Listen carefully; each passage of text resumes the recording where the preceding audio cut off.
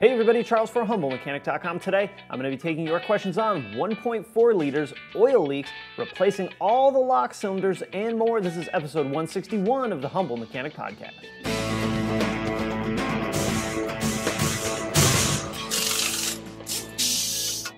All right, to get a question on a show like this, email me, charles@humblemechanic.com. Put question for Charles in the subject, put your question right at the top, mash the enter button a few times, then give me the details of your question. That really does help me answer them much, much faster. Also, if you don't see your question on a show like this one, be sure to check out the Quick Videos playlist on YouTube where I just answer one question per video. You guys have been doing an awesome job of following that format, and I want you to know I really appreciate it. All right, let's talk about the sponsor of the day, which is CRP Automotive.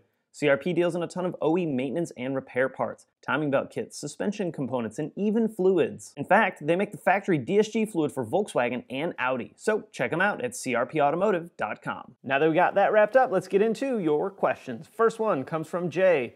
Hey Charles, I would like to get your input on the new 1.4 TSI with regards to reliability, common issues, regular or premium fuel, and any other info you can provide. Thanks, Jay. Jay, great question. So the 1.4 actually came out in 13 in the US.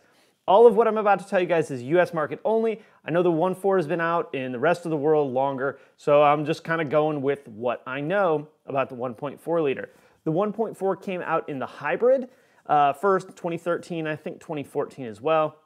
Then it made its way as like the base engine, I think in 15 or 16, I forget exactly what model year that it started. So far, these have been really good engines for us. Even in the hybrid, it was a good engine.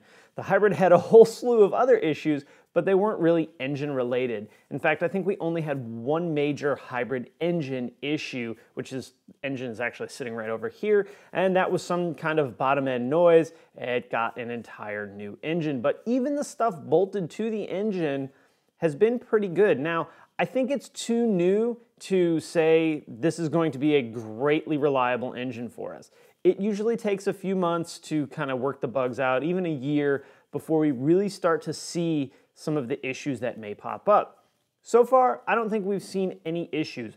I'm sure they're happening across the country. You know, there's probably purge valves that are getting replaced. There's probably PCV issues here and there. I have not seen any of them though. So far, it's been a pretty darn good engine for us. And it is, again, the base engine. I'm surprised it's not in more cars at this point, but that may change down the road. Now, as far as premium versus regular, I'm pretty sure this one calls for regular fuel, and I would not put premium in it at all. If it says regular 87 octane on the fuel door, then that's absolutely what I would put in it. Jay, great question. Hey, if any of you guys have other experience with the 1.4, maybe rest of the world experience, go ahead and throw it down in the comments section and let me know what you're seeing out there, because right now, I haven't really been seeing too many issues. All right, next one comes from Joseph. I've been an express technician at a Volkswagen dealership for about 10 months. Before I was a C-level tech at Firestone for 2 years. Over the course of my time at Volkswagen, my motivation level has decreased. With 4 ASEs, I feel I would be capable to learn how to do more than just oil changes and tires all day. I'm also wondering about the opportunity for advancement here. We've had 2 main shop technicians who've been here over 7 years and never sent to training. I'm gonna stop right there.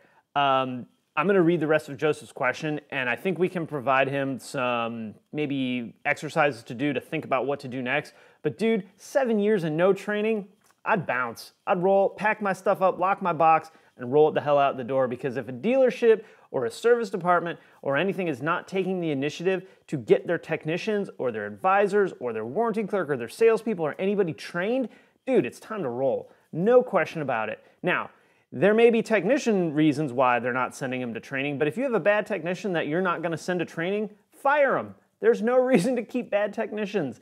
Get them out the door if you're working from a management standpoint. But 7 years, no training, I'd be out of there. I've also seen advisors cut labor times just so customers will buy a service which hurts the tech. A couple months ago, I told my manager about frustration and wanting to learn how to do more. He told me he understood my frustration, but the shop didn't have a resource to bring me on as an apprentice. 3 weeks later, they hire another apprentice. Currently have a job offer at Mercedes as a general service tech. The pay is higher and they offer free health insurance. I just don't know if I want to start all over again relearning another brand. I've also contemplated going to somewhere like Christian Brothers. Whatever I do, I don't want to make a hasty decision that I will regret. What do you think I should do? Your sound advice would be helpful. All right, man, I can't tell you what to do, right? This is your decision, but here's the way I would approach it. First of all, if a place never sent me to training in 7 years, I wouldn't have lasted that long. I would bounce in maybe 2 max, right? But I'd roll. As far as learning another brand, look, you work with Volkswagen, you're thinking about going to Mercedes. They're totally different cars, but they share a lot of the same technology, a lot of the same architecture in their computer systems, and let's face it, they're crackhead German cars. I say that, of course, from a loving place, but you already understand the way Germans think about their vehicles. Mercedes isn't that much different. So yes, you're going to be learning a new brand, but it's going to be more similar than it is different. It's not like you're going from Kia to Ferrari, right? Totally different ballgame. You're going from VW to Mercedes, and I think you'll be just fine. Don't ever, guys, this is for everybody. Don't ever be scared to go to another brand and learn a new brand. Odds are you probably know more about those cars than you think you do. It's just a matter of a different experience. So, you know, if you decide to go the Mercedes route, which it sounds like a pretty good gig, don't be scared of it. You're already not happy where you are. The worst that's going to happen is you go in there, you hate it, and you move on somewhere else. And I don't think that's necessarily a bad thing because you're going to learn something from that experience. Either I hate working on Mercedes, or Mercedes aren't that bad, or wow, I was really getting screwed around at my last place. This is awesome. This is where I want to be. I can't really comment on Christian Brothers because my only experience with them was not positive, but I think that had to do with local management, and I'll just leave it at that. So like I said, Joseph, man, I can't tell you what to do. I mentioned it in another show, and this is not my quote. I've heard this for years and years and years. Toolboxes have wheels for a reason. Lock it up, roll it out, and go try somewhere else because I think you're going to be happier somewhere else. And let's face it, you're already miserable. The worst that can happen is you're equally as miserable, which in turn then you could just go find somewhere else. But I will say one thing. I've experienced Service Express technicians that were decent. Right now we have a couple of awesome guys that are running our Service Express department. They're top-notch dudes, both of them are, and a new advisor that's kind of working the kinks out. But we've had Express technicians that I wouldn't let them change the oil in my lawnmower. They were maxed out. That was it. But it sounds like that's probably not your case, at least taking the initiative to get 4 ASEs. Granted, anybody can pass a test, but if you're just taking the initiative, to me, that shows you're doing your legwork on your end. Now it's time for the place that you work to step up and try and help you out. All right, next one comes from Jeff. I have a problem that has me stumped. I have oil leaking on my driveway and had a leaking vacuum pump on my 2.5 Rabbit. I replaced the pump with a delete kit and it has stopped leaking from around that. Problem is, I keep getting drops of oil on my driveway. When I take the underskirt off of the car, the oil seems to be collecting on the underskirt around the passenger side of the car near where the belts and pulleys are. Are there common places that oil can leak that's not the vacuum pump? Not sure if the car is leaking around those parts, but thought it would help. So oil leaks on a 2.5, yeah, the vacuum pump far and away, not even close, the most common source of an oil leak. If you're getting oil there on the passenger side of the belly pan, you need to look not only there, but other places as well. I would start by checking the oil filter because that is the second most common leak point. Sadly, that's a self-induced, typically anyway, a self-induced source of an oil leak.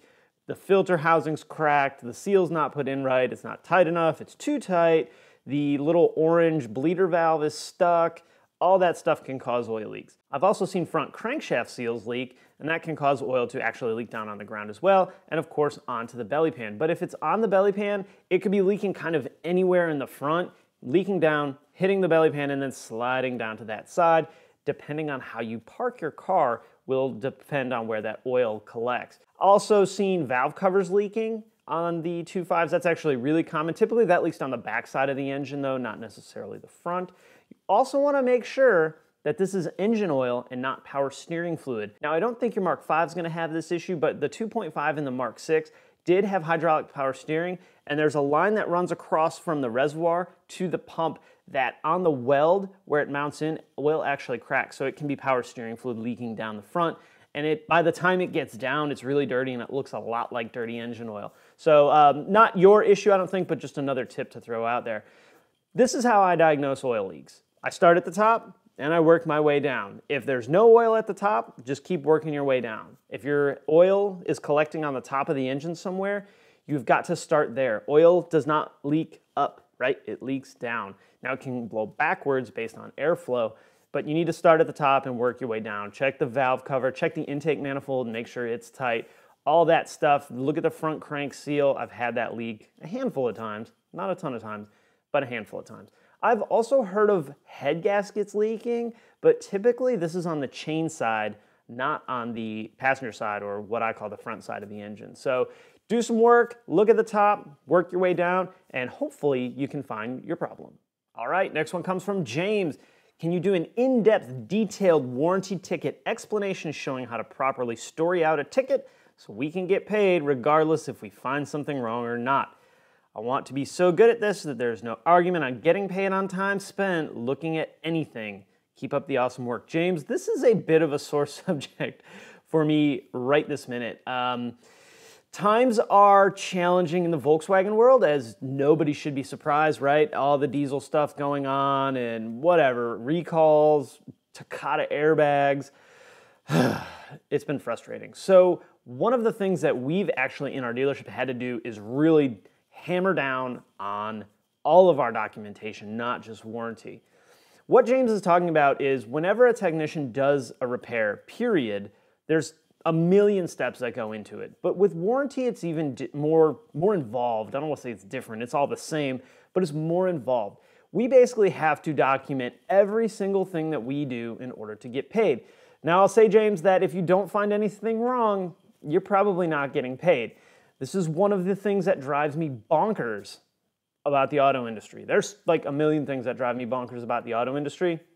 This not getting paid for finding nothing wrong with the car is definitely one of them, and maybe this is something for a different show, but basically you have to make sure that all of what your manufacturer requires is done. First of all, finding something wrong versus not finding something wrong, and making a repair versus fixing a problem are all different things. The way Volkswagen says, if you do not find a problem with the car when the vehicle's there, there's nothing wrong with the car. If we can't duplicate the concern, we can't make a repair. That is flat out is what it is. You are not going to change that, nor am I. As far as making a repair versus fixing a problem. If we re-secure a wire, we didn't fix anything, we put a Band-Aid on it. If we replace that wiring harness, we fix something. You have to look at it this way.